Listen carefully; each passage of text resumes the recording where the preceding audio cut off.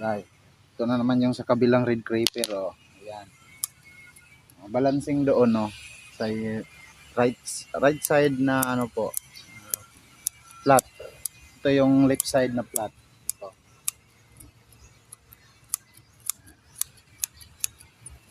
Ano lang yan? Ano lang po talaga ito? Trimming lang.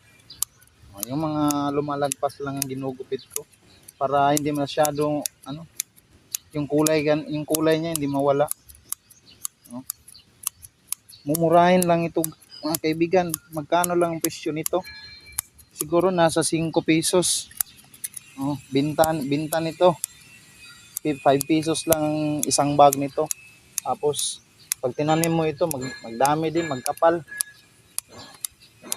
Pwede rin ito, cuttings lang ang pagbuhay po nito.